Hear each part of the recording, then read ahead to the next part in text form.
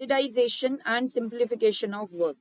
अब ये स्टैंडर्डाइजेशन क्या होता है, जैसे आप देखो, आप अगर बात करो, जैसे टाटा सोल्ट का पैकेट आता है ना, वो क्या होता है, वो सेम होता है ना, सोल्ट का टेस्ट सेम है, उसके अंदर वेट सेम है, कलर सेम है, व्हाइट कलर का ही होता है, राइट।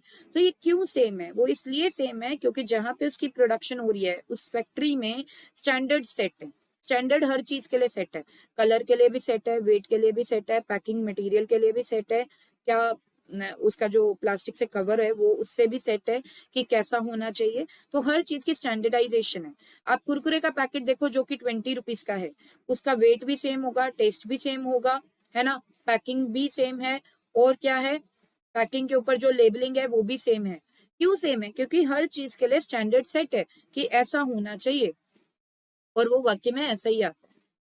ठीक है, दिस इज कॉल्ड स्टैंडर्डाइजेशन। और सिंप्लीफिकेशन ऑफ वर्क क्या है, सिंप्लीफिकेशन ऑफ वर्क है कि अगर कंपनी बहुत सारे अननेसेसरी वैरायटीज में डील कर रही है जिसमें कोई फायदा नहीं हो रहा है, तो सिर्फ उन्हीं वैरायटी, उन्हीं प्रोडक्ट्स या उन्हीं वैरायटीज में डील किया जाए प्रोडक्ट्स की जो एक नेसेसरी डिमांड दिखा रही है मार्केट में, जिनसे कोई फायदा नहीं हो रहा है, उन अननेसेसरी वैरायटी को क्या कर दिया जाए, हटा दिया जाए, जिससे कि सिंप्लीफिकेशन ऑफ वर्क दिखे। So, scientific management always emphasize on maintaining standards related to every step of business operation. Scientific management ने टेलर ने इंसिस्ट किया कि स्टैंडर्ड हर चीज का सेट होना चाहिए from the starting to the end. ठीक है, starting of the business operation से लेके end of the business operation तक हर चीज का स्टैंडर्ड सेट होना चाहिए। ठीक है, मतलब standardisation of output is possible if standard is maintained right from selection of tools।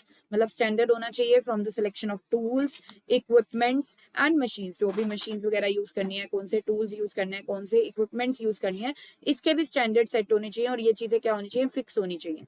And maximise output by keeping in mind the quality standards. और क्वालिटी के लिए तो स्टैंडर्ड सेट करना है ही बहुत ज्यादा जरूरी। तो इससे क्या होगा, इससे आउटपुट इंक्रीज होगा और क्वालिटी स्टैंडर्ड्स भी क्या होंगे, मेंटेन होंगे। Next, standardisation does not mean only quality standard. Standardisation का मतलब सिर्फ ये नहीं है कि क्वालिटी के टर्म्स में स्टैंडर्ड को मेंटेन करा जाए, लेकिन ये भी है कि स्टैंडर्ड सेट किए जाए regarding the size of the product, regarding the type of the product, regarding the weights of the product, regarding the measures and the quality of the product. तो अब देखते हैं ऑब्जेक्टिव्स क्या हैं स्टैंडर्डाइजेशन के। Standardisation करना क्यों बहुत ज्यादा इंपॉर्टेंट है, तो ये इसलिए इंपॉर्टेंट है to reduce a given line of product to fixed type, size and characteristics. Line of product को सिंप्लीफाई कर देना, ठीक है, रिड्यूस कर देना regarding the size, type and characteristics, to allow interchangeability of manufactured parts and output among different departments and branches। different departments and branches में easily manufactured parts एक दूसरे में क्या हो जाए, इंटरचेंज हो जाए, तो इसीलिए भी स्टैंडर्ड सेट करना बहुत जरूरी है। आज मान लो कोई एक डिपार्टमेंट प्रोडक्शन कर रहा है, तो स्टैंडर्ड सेट होंगे तो दूसरे डिपार्टमेंट को भी इजीली पता लग जाएगा कैसे बनाना है उस चीज को। तो उस चीज को क्या कर सकते हैं, उस चीज के मैन्युफैक्चरिंग को इंटरचेंज किया जा सकता है।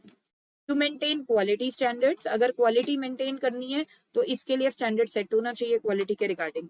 To set up performance standards of man and machine, man and machine के परफॉर्मेंस स्टैंडर्ड्स को सेट करने के लिए भी क्या होने चाहिए, स्टैंडर्डाइजेशन होना चाहिए।